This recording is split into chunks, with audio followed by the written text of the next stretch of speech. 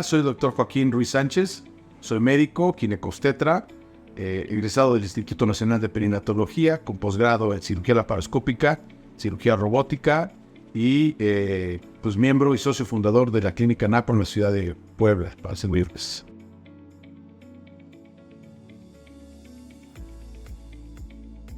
No, estos dos medicamentos tienen otra utilidad clínica. Y tanto en la FDA como en la COFEPRIS empezaron su proceso como un medicamento para la gastritis, porque tiene un efecto para la gastritis, y se utiliza en un sistema que llamamos off-label, o sea que es un sistema para el cual no está etiquetado, se utiliza porque tiene este efecto. No conozco a nadie que haya utilizado mifepristona y misoprostol con las cualidades originarias terapéuticas. Son típicamente para esto, pero tuvieron su registro primero como medicamentos para la gastritis o para otras alternativas terapéuticas que no tenían nada que ver con el aborto.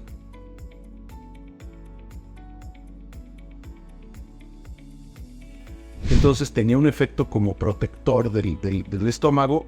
Desde su origen se vio que tenía como efecto secundario una alta probabilidad de aborto, por lo cual no se utiliza de manera cotidiana para la gastritis. Nadie usaría ese medicamento para la gastritis sabiendo que como consecuencia puedes tener un aborto no detectado, ¿no? O sea, sobre todo una mujer que tiene vida sexual, que está a lo mejor con deseo reproductivo o sin deseo reproductivo, pero sin deseo de no tener, o sea, dice, bueno, estoy abierta a que se llegue a un embarazo. En su sano juicio jamás utilizaría un medicamento que pudiera tener este efecto. Tanto mifepristona como misoprostol forman parte de un arsenal de lo que se llama aborto seguro. Y tenemos que irnos unos pasos hacia atrás. El aborto nunca es seguro. El aborto no es algo bueno. No quiero que mis palabras puedan ser interpretadas como quien aborta no es alguien bueno, porque quien aborta es diferente que el aborto. Quien aborta y quien desafortunadamente tuviera que llegar a la circunstancia de un aborto, lo que merece de parte, por lo menos mía, es un abrazo, un reconocimiento de su humanidad y toda mi solidaridad con esa persona que tuvo que pasar por ahí y que probablemente no supo que había otras alternativas y que tuvo que llegar a tomar una decisión desesperada.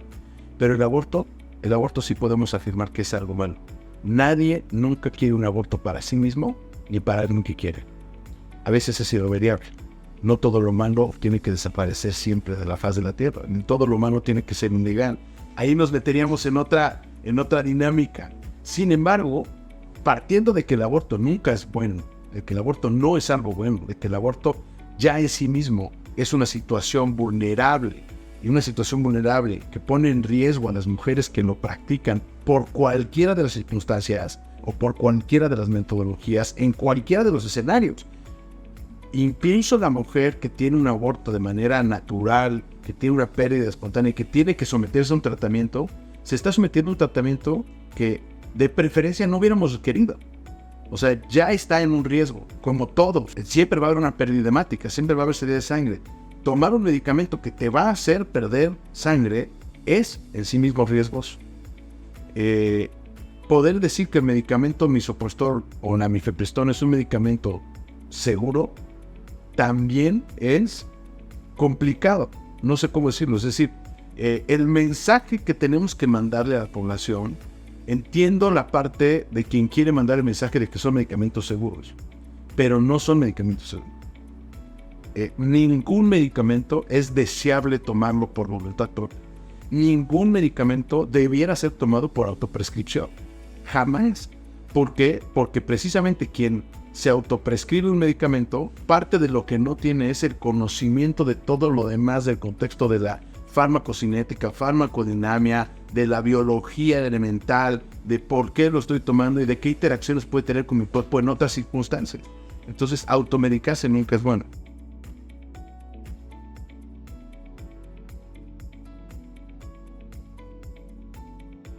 Las mujeres en su biología tienen una circunstancia bien particular. Todo su organismo, todas sus células, toda su economía cambia en el estado de embarazo. La gran diferencia entre una mujer y un hombre, sin tratar de simplificar ni de entrar en un debate de la misoginia pero sin tratar de simplificar. Pero la gran diferencia es que la mujer, en nuestra especie, la mujer se puede embarazar y el hombre no. Y en el embarazo, todo el cuerpo y toda la economía, cualquier ginecólogo te puede decir que todos los sistemas presentan cambios. ¿Por qué presentan cambios? Precisamente porque todas las células de la mujer expresan en su exterior receptores hormonales. Las hormonas son sustancias que se producen en una parte del cuerpo y van a otra parte del cuerpo en donde encuentran un receptor y hacen un efecto. Normalmente nosotros tenemos receptores hormonales en ciertas partes de nuestros cuerpos que tienen cuando se segrega, por ejemplo, la hormona del cortisol o la hormona de la melatonina para el sueño, pues tienen receptores específicos en donde nos van a dar el efecto secundario, el efecto que deseamos de la hormona. Pero las hormonas sexuales, en particular la progesterona y el estradiol, hay receptores en todo el cuerpo. Y además, tenemos como si fuera una huella digital, una impronta hormonal en cada mujer. Es decir, cada mujer es diferente hormonalmente hablando que otra y hormonalmente respondiendo. Ante la presencia o ausencia de ciertas hormonas, la misma mujer cambia, pero las diferentes mujeres también son diferentes. Esto es complejísimo para la ciencia. La ciencia hasta 2014 o antes no había contemplado esta gran variabilidad de las mujeres. Incluso la mayoría de los estudios que se han hecho para conocer lo que hoy sabemos de medicina se hicieron con hombres, o se hicieron con células de hombres, o se hicieron en estudios en donde no se había corroborado que hubiera tantas mujeres. Ya hoy somos más conscientes. Y hoy la FDA y los Institutos Nacionales de Salud de Estados Unidos, etcétera, están promoviendo que haya más investigaciones en mujeres. Todo esto para decirte que no sabemos a ciencia cierta todos los efectos que pueden tener estos medicamentos en todas las mujeres. Y lo que sí sabemos es que estos medicamentos que tienen un impacto hormonal, sobre todo mifepristona, que tiene un bloqueo para los receptores de progesterona, puede tener un impacto en toda la economía. En la digestión, en el sistema urinario, en las emociones, en el sistema digestivo, en el sistema nervioso central. ¿Cuál puede ser el impacto de que mujeres menores de 21 años estén tomando bloqueadores hormonales o estén tomando hormonales? Sabemos que va a tener impacto. Todavía no lo tenemos medido. Y entonces es una cosa que no sabíamos y que hoy hay que poner aceite y decir, aguas. Estos medicamentos que parecía que solo lo que quiero hacer un poco la reflexión es que este medicamento, mifepristona, no solamente tiene un efecto en el útero de esa mujer, va a tener un efecto en toda su economía. ¿Y cuáles son las repercusiones? No lo sabemos. Y es más, no sabemos si en todas va a ser igual. Porque hoy conocemos que hay una altísima variabilidad, como digo, de la impronta hormonal de cada mujer. Y entonces tenemos que estar bien. Cuando no sabemos un efecto de algo, tenemos que ser mucho más cautelosos. Entonces, con mifepristona, yo tendría un consejo especial para los usuarios, las usuarias, es decir, es un medicamento del que no sabemos mucho. Oye, lleva 20 y tantos años en el mercado. Sabemos mucho, pero hay mucho más que no sabemos. Y eso hay que tener muchísima precaución. Pues lo que sabemos, digamos que su efecto inmediato es que lo que va a hacer es bloquear los receptores de progesterona, va a hacer que el embarazo ya no continúe su desarrollo, y lo que hace mifepristona es como que hacer que esta placenta ya no pueda seguir haciendo su efecto y se despegue o se desvincule de la parte materna. Y esto, al despegarse, al desvincularse, lo que va a hacer es que en los sitios donde está, digamos, pegada, cuando se despeguen, van a sangrar. Y entonces va a provocar una hemorragia. Ese es el efecto directo de la mifepristona.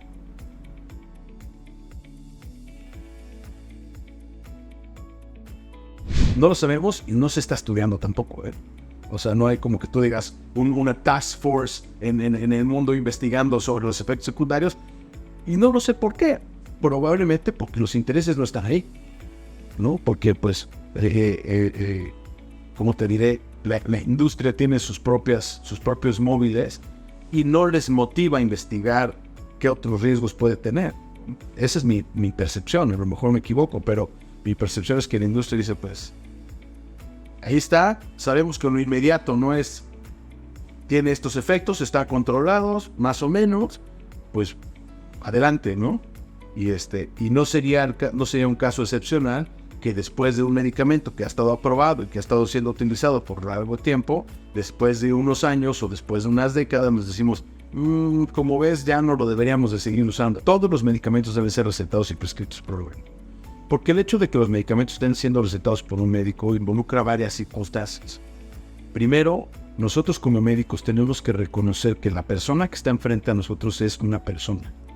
No es un útero, no es un órgano, no es un tumor, no es un embarazo, no es una persona en su totalidad que tiene un contexto biopsicológico, social, que tenemos que tomar en consideración. Y que al momento de recetar un medicamento tenemos que tomar en cuenta toda esta realidad para saber cuál es el medicamento adecuado para esta persona y cuál es el seguimiento que tengo que tener con esta persona. No es lo mismo recetar un medicamento de estas características a una mujer que tiene antecedentes de hemorragias o que tiene antecedentes heredofamiliares de alguna discrasia sanguínea, que han tenido hemorragias y que han tenido complicaciones. No es lo mismo recetar a alguien que ha tenido historia o antecedentes de alergias a componentes similares. Y eso es el trabajo del médico que está detrás. En el mundo ideal, todos los medicamentos deberían de ser prescritos y supervisados por un médico. No debería de haber autoprescripción. Ahora, mucho más cuando estamos hablando de esto. ¿Te acuerdas que al principio decíamos, el aborto es algo que no es bueno y no es deseado? Para nada. Quien llega a estas circunstancias, generalmente va a llegar a una situación de altísima vulnerabilidad. Además de que viene por una situación de un embarazo, seguramente tiene alrededor de sí una otra serie de circunstancias que es precisamente cuando vienen al médico que nosotros nos damos cuenta. El médico es el primer contacto para entender a un ente biopsicológico social que es esa persona. Cuando se trata del aborto, el médico que está detrás de una mujer que llega a solicitar un aborto, más allá de sus filias y sus fobias emocionales, más allá de los temas morales que pueda tener el médico, todos los médicos tenemos la obligación de entender a esta mujer como una persona en toda su totalidad y tratar de descubrir el aborto quizá es la punta de un gran iceberg que esta mujer o esta sociedad está teniendo.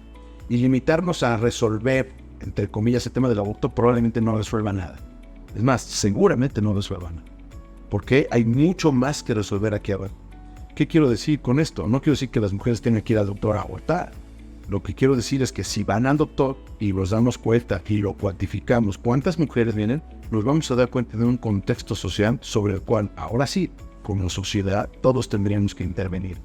Entonces, esto desde el punto de vista social. Desde el punto de vista médico, sobra decir que todos los medicamentos tienen que estar bajo la supervisión. Hago hincapié en que, desde mi perspectiva, el aborto, vuelvo a insistir, es algo malo y es algo no deseable. Y no existe formato seguro para el aborto. No existe formato bueno para el aborto. No podría yo decirte que mientras que sea prescrito y realizado por un médico es bueno, mientras que no es peligroso. Pero lo que sí te puedo decir es que desde nuestra perspectiva como médicos, lo que yo observo allá afuera es que la inmensa mayoría de los abortos que ocurren en nuestro medio ocurren en la soledad. En la soledad del lugar, en la ignominia, en lo escondido. Mujeres que tristemente tienen que llegar a estas circunstancias solas, sin el amparo de una pareja, abandonadas a su suerte, buscando en internet qué es lo que tengo que hacer y tratando de hacerlo desde su punto de vista lo mejor posible, sin embargo poniéndose en gravísimo riesgo. Te decía que desde mi punto de vista, la discusión en particular sobre el aborto y tratar de resolver el tema solo del aborto es resolver muy parcialmente la circunstancia. Nosotros como médicos, como sociedad, tenemos que identificar el aborto como la punta de un gran iceberg, en donde en el fondo hay una serie de cosas que también nos atañen como sociedad. Y tristemente, la mayoría de los abortos que ocurren en nuestro medio, la mayoría de los abortos que ocurren en la soledad, ocurren en mujeres que han tenido que llegar a esta circunstancia prácticamente solas, abandonadas, sin el apoyo de nadie, en una circunstancia un poco rodeada de juicios, rodeada de temores, y entonces lo hago yo sola, escondida, en mi cuarto, en internet, consiguiendo los medicamentos de manera, a ver cómo, pero aunque resolviéramos esto, no estamos resolviendo el problema. Claro, los médicos somos el espejo hacia la sociedad de decir, oh, hey, aquí tenemos un problema. Este es uno de esos problemas. Este es un problema bien, bien serio que nos tiene que reflejar todos los problemas que hay en el fondo. Por decir algunos, la mujer que tristemente llega a la circunstancia del aborto probablemente estuvo involucrada en una situación de violencia. Probablemente está en una situación de incompresión, probablemente está en una situación de pobreza, probablemente está en una situación de falta de acceso a la salud, falta de acceso a la información, ¿Cuántas cosas tenemos que reparar antes de estar discutiendo este tema? Tendríamos que estar discutiendo este otro. Claro que este es importante, pero estos son súper importantes. Y quizá como sociedad nos hace falta desgastarnos en resolver todas estas cosas que están en la base.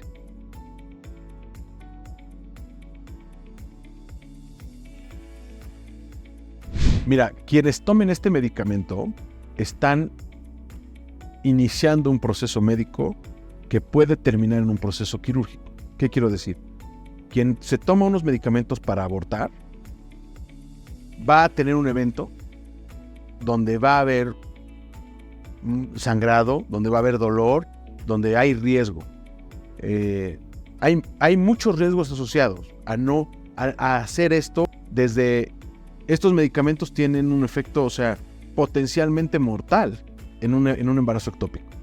Un embarazo ectópico que no se diagnostica como ectópico y que se trata como aborto y que termina siendo un ectópico que se rompe y tal, y que la mujer además está en un contexto de no le dije a nadie lo que estoy haciendo y ahora estoy teniendo muchísimo dolor y ahora cómo me presento con mis papás o con mis amigas o quién me va a ayudar, ¿no?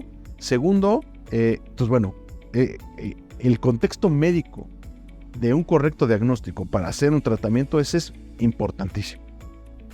Segundo, quien lo hace sin la supervisión médica se expone justo a esto, a una serie de circunstancias que hoy podríamos construir, pero te voy a poner algunas que se me vienen a la mente. La mujer que está completamente sola en su casa empieza a tener una hemorragia, empieza a tener un dolor muy fuerte. Cuando damos el tratamiento médico me han dicho, Joaquín, es un dolor desgarrador, es un dolor fuertísimo. Si yo no hubiera sabido lo que estaba pasando y si no hubiera tenido tu teléfono, etcétera, me hubiera venido corriendo a urgencias. Me han hablado los esposos, doctor, ¿qué está pasando? Tiene mucho dolor.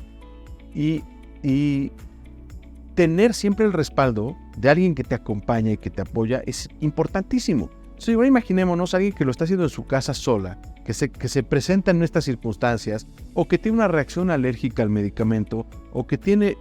es hasta cultural. Yo me acuerdo que en alguna conversación familiar decíamos, al doctor se va siempre acompañado. Ni siquiera una persona tendría que ir sola al doctor y tomarse solo un medicamento. Siempre tienes que ir con alguien para que esté supervisando de alguna forma, pues que no te ahogues, que no te mueras, que no tengas una reacción alérgica.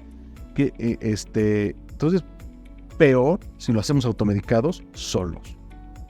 Si ya decimos que en el contexto del aborto es una situación de alta vulnerabilidad, solos es altísima vulnerabilidad.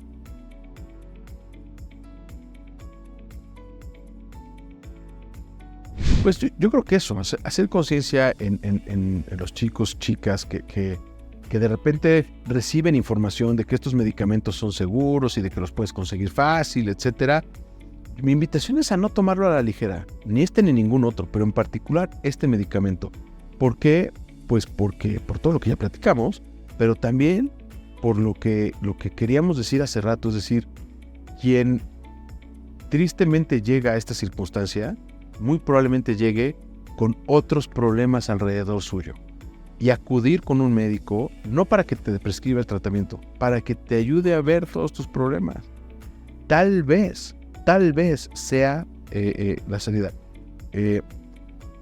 Cuando se trata de estas circunstancias, la casuística individual no debería de ser el argumento. Sin embargo, ¿cuántos casos he visto yo de mujeres que dicen, wow, este embarazo me salvó la vida? Porque fue por este embarazo que fui al médico, me hice estos estudios y detectaron que tenía cierta circunstancia. Porque es el embarazo en nuestro país el primer contacto con el médico después de las vacunas. O sea, la niña que terminó sus vacunas a los 2 años de edad probablemente no ha regresado al doctor hasta los 10 y tantos o 20 y tantos que se embaraza por primera vez. Yo les preguntaba a las pacientes cuando he estado en los hospitales públicos, cuando he trabajado pacientes jóvenes embarazadas, ¿hace cuánto que no te haces un estudio de sangre? Nunca me había hecho uno. Algunas llegan a su embarazo, no saben su tipo de sangre, no saben... ¿Cuántos casos no hemos diagnosticado en el embarazo de cosas que ya tenían desde antes, pero que el embarazo es el punto de encuentro con la salud? Entonces, no quiero decir que sea bueno embarazarse de manera adolescente, ni que el embarazo sea el argumento, pero lo que sí quiero decir es que cuando estás en una situación de vulnerabilidad, lo peor que puedes hacer es ponerte más vulnerable. ¿Qué pasa en esta situación de aborto? Ya es una situación vulnerable. Que mi consejo sería, busca ayuda. ¿Crees que estás en esta circunstancia? ¿Crees que lo que toca es hacer esto? Busca ayuda. A lo mejor y no. A lo mejor hay otras alternativas. Tristemente muchas mujeres llegan a la circunstancia del aborto porque llegaron a una dead end, llegaron a un callejón sin salida desde su punto de vista. Y a veces lo único que hay que hacerles es abrirles una ventanita y decirles, mira, no, a ver, estas son tus circunstancias, tranquila, respira, y para eso estamos los médicos, para darles abrazo, para darles apoyo. Si tu médico se limita a darte una receta, estás con un mal médico. Tu médico tiene que ser alguien que te vea como un todo, como una persona, como un individuo que está en la sociedad, que tiene una familia, que tiene una pareja, que tiene unas circunstancias, que tiene una historia, que tiene un pasado, que tiene un futuro. Eso es lo que tenemos que hacer los médicos.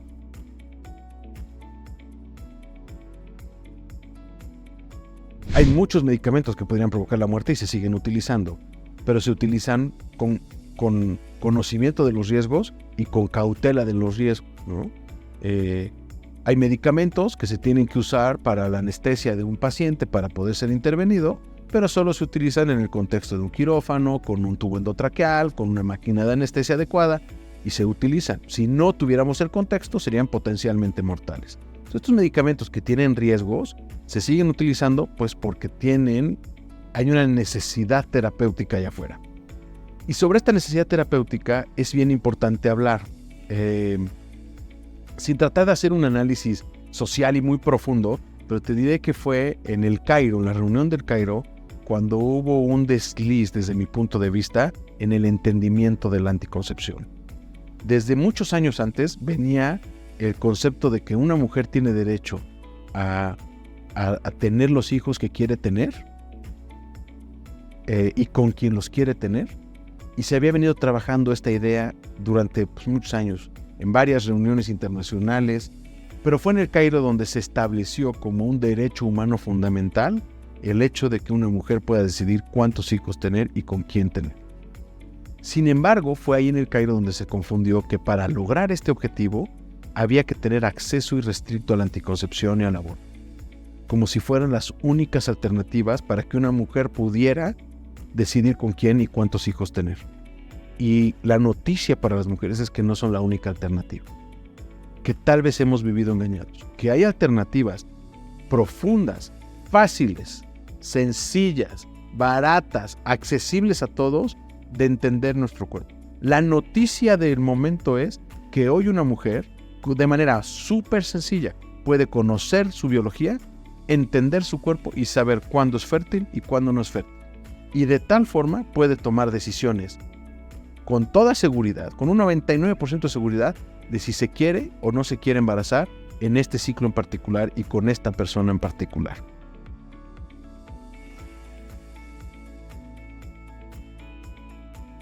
Es un perfil ultra heterogéneo. El embarazo no planeado, desafortunadamente, es una realidad que afecta a todas las mujeres que tienen vida sexual.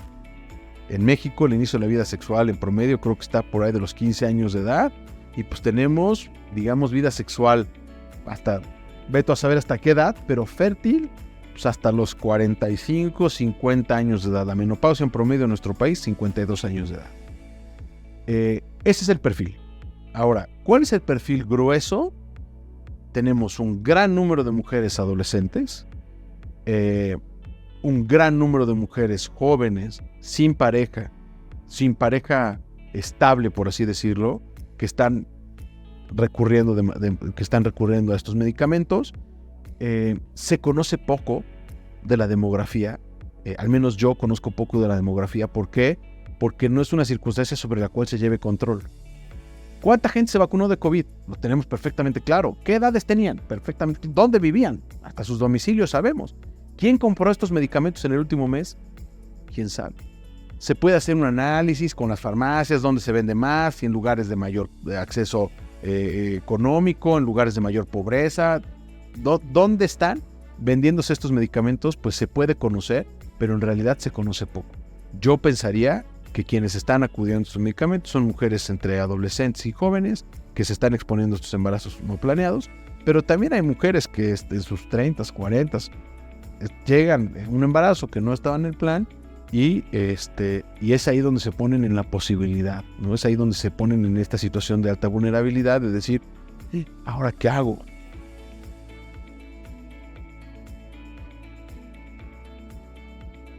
Me duele mucho a mí el tema del aborto. Me duele profundamente. Tengo 3 hijas. Tengo una esposa. Y deseo que esta realidad no la tuviera que vivir nadie. Veo el dolor profundo que causa la pérdida de un embarazo en las mujeres que me toca tratar. Veo el dolor profundo y el impacto que tiene en la vida de las mujeres el proceso de infertilidad o pérdida gestacional. Y deseo que nadie tuviera que vivir estas circunstancias. Deseo que nadie tuviera que enfrentar a ninguna de estas realidades. Sobre todo deseo que nadie tuviera que ponerse ahí de manera voluntaria. El mensaje que le envío a las mujeres adolescentes es que existen formas de conocer tu cuerpo, de entender tu sexualidad, de entender tu fertilidad, para tener alta seguridad en tu vida sexual, para evitar embarazos no planeados, para evitar ponerte en estas situaciones de riesgo de tener que tomar medicamentos pues que no necesitas, ¿no? Que puedes evitar, que puedes esquivar y que puedes no llegar a estas circunstancias. Le mando un abrazo afectuoso, cariñoso a todas las mujeres que en el pasado tuvieron que enfrentar esta situación por falta de conocimiento, por falta de acceso, por culpa nuestra, porque a veces se sintieron juzgadas, porque a veces se sintieron orilladas a esta soledad en donde lo tuvieron que hacer. Me disculpo profundamente con ellas desde el punto de vista médico, desde el punto de vista social. Desearía que no tuviera que haber sido así. De veras desearía que no tuviera que haber sido así. Desearía que no tuviera que volver a ser. Y por eso creo que tenemos que trabajar mucho como sociedad para construir un ambiente en donde esto fuera impensable. Redondeo mi mensaje diciéndole a las mujeres que están en esta circunstancia es busquen ayuda. Y si pueden, busquen ayuda en quien genuinamente las puede ayudar. No en la ayuda fácil y barata. No en la ayuda inmediata. No en la ayuda que te resuelve. Cuando estás vulnerable, esas ayudas suelen ser las peores. Busquen ayuda, estudien profundamente en la institución que las puede ayudar, estudien profundamente a las personas que las pueden ayudar, acérquense con personas que las vean como algo más que un número, que una estadística, que una... busquen ayuda, porque no están solas. Deseo que no estén solas.